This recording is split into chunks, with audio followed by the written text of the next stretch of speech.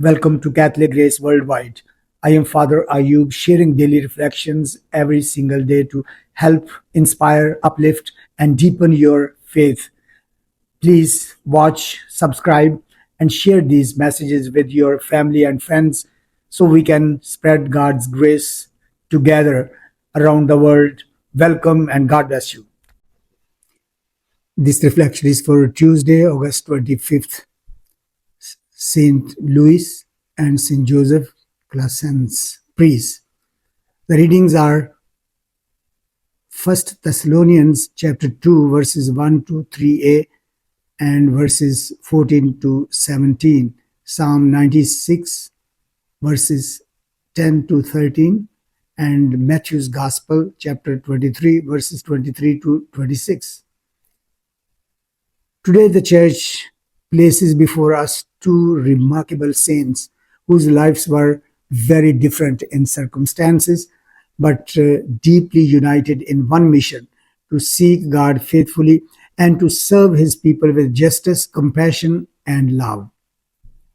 We remember Saint Louis, King of France, who lived in the 13th century and died in 1270, and Saint Joseph, Calasanz's priest from Aragon, who lived many centuries later and dedicated his life especially to the education of the poor children. One served God as a king and father. The other served God as a priest and teacher.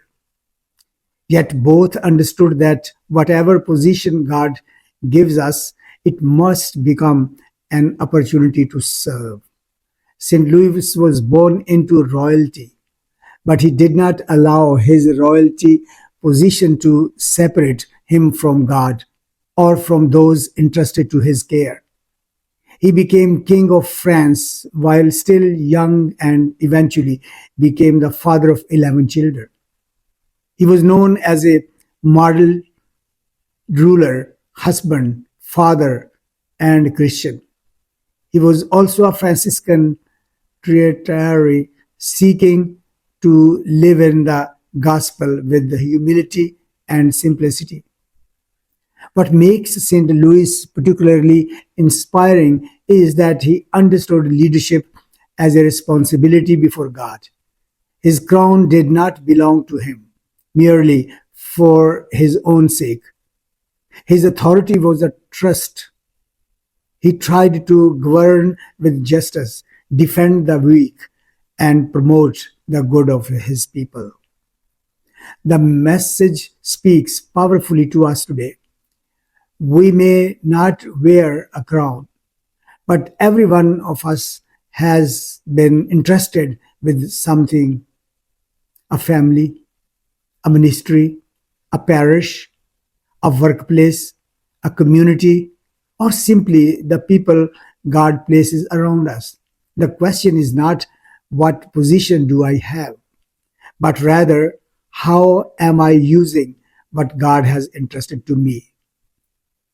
The gospel gives us the answer. Jesus speaks very strongly to the scribes and Pharisees. You pay tithes of mint and dill and cumin, and have neglected the weightier things of the law: judgment and mercy and fidelity. Jesus is not saying that small acts of religious devotion are unimportant. Rather, he reminds us that religious practice must lead to a transformed heart.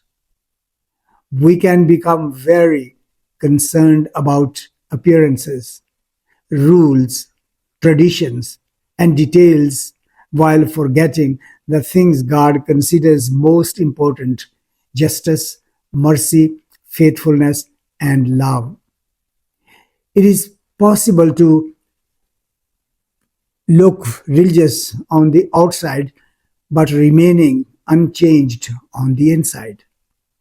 That is precisely what Jesus warns against when he speaks about cleansing the outside of the cup while the inside remains full of selfishness and greed.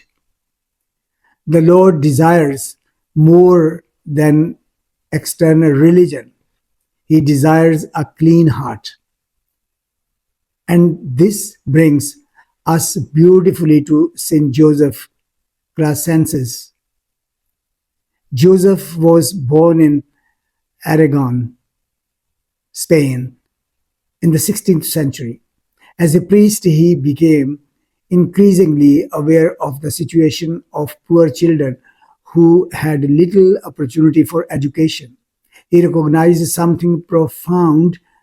If we want to change society, we must begin by forming the hearts and minds of children. In Rome, he began a school for poor children. His work eventually developed into the priest order, the clerics regular of the religious schools. His vision was revolutionary for his time. Education should not be reserved only for the wealthy. Poor children also deserve the opportunity to learn, to grow in faith, and to discover their God given dignity. Saint Joseph dedicated himself to children who could easily have been forgotten by society. But his ministry was not easy. He faced opposition, misunderstanding, criticism, and painful trials. Even the work he had built with such love experienced difficulties, yet he persevered. Here again, we hear an important connections with today's first reading from St. Paul.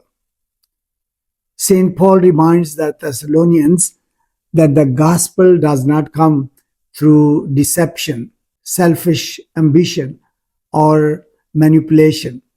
The apostles endured suffering because they were committed to the truth of Christ. St. Joseph Calasanz knew something about the kind of perseverance.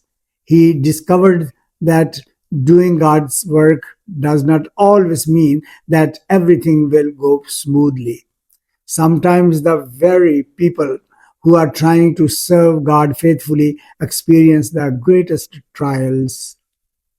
But difficulties do not necessarily mean that God has abandoned us. Sometimes difficulties become the place where our faith is purified. Sometimes rejection teaches us humility. Sometimes disappointments teaches us perseverance. Sometimes suffering teaches us to trust God more deeply.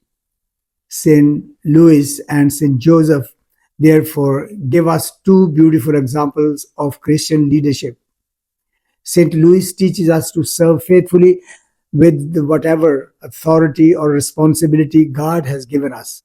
St. Joseph teaches us to serve generously, especially those whom the world may overlook.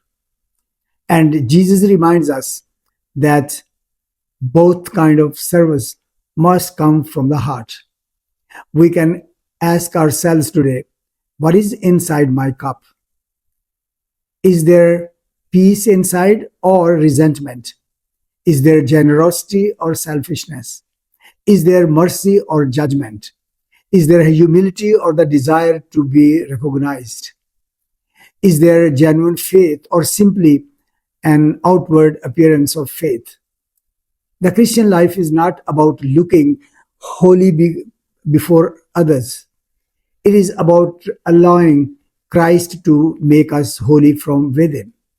St. Louis had a crown, but he sought humility.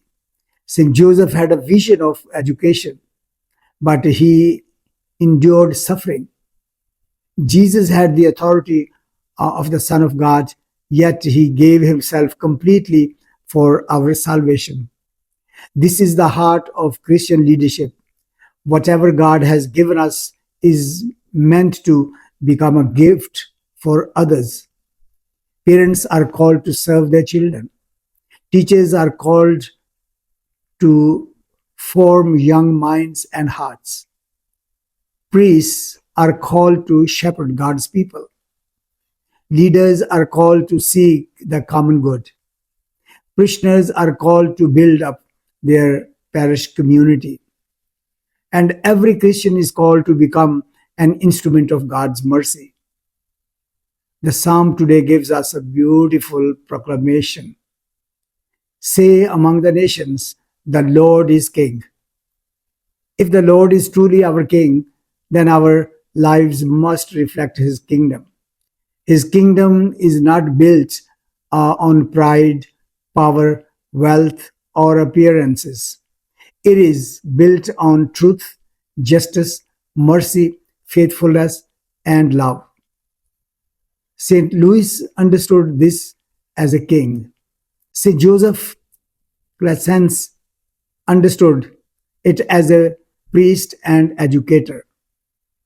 And we are invited to understand it in our own lives.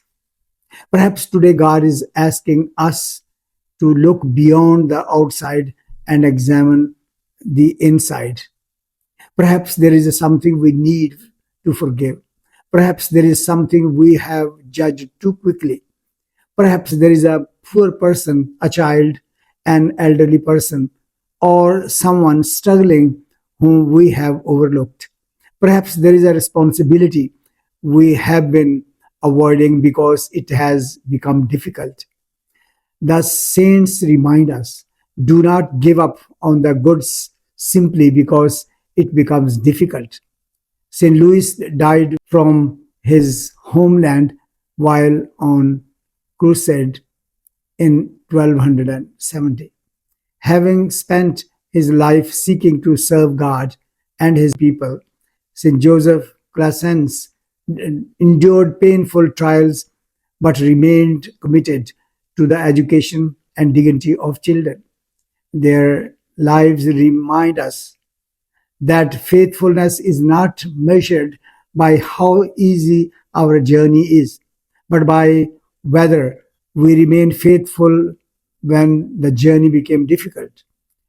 Dear friends, today let us ask the Lord for the hearts of these two saints, the hearts of St. Louis, willing to serve responsibly and faithfully, and the heart of St. Joseph Calasanz, willing to see the forgotten and give himself for them. And let us remember the words of Jesus, these who should have done without neglecting the others. May our prayers, our traditions, our sacrifices, and our religious practices always lead us towards the deeper things of the gospel, justice, mercy, and fidelity. May God cleanse not only outside of our lives, but especially the inside of our hearts, so that what people see in us may truly reflect what Christ has placed within us. Through the intercession of St. Louis and St. Joseph Calasanz, may we become people whose faith is not merely spoken with our lips, but lived through our hearts, our choices, and our compassion and our love. The question for meditation: what has God entrusted to me, and how am I using it in service of others? Is my faith primarily something I show on the outside, or is Christ truly transforming my heart from within? Where do I need to grow in justice, mercy, or faithfulness? Is there someone whom I have overlooked who may need my compassion, encouragement, or help? When I experience criticism, disappointment, or difficulty, do I give up, or do I remain faithful like St. Joseph Calasanz? What is Jesus asking me today to clean within my heart? Thank you and God bless you.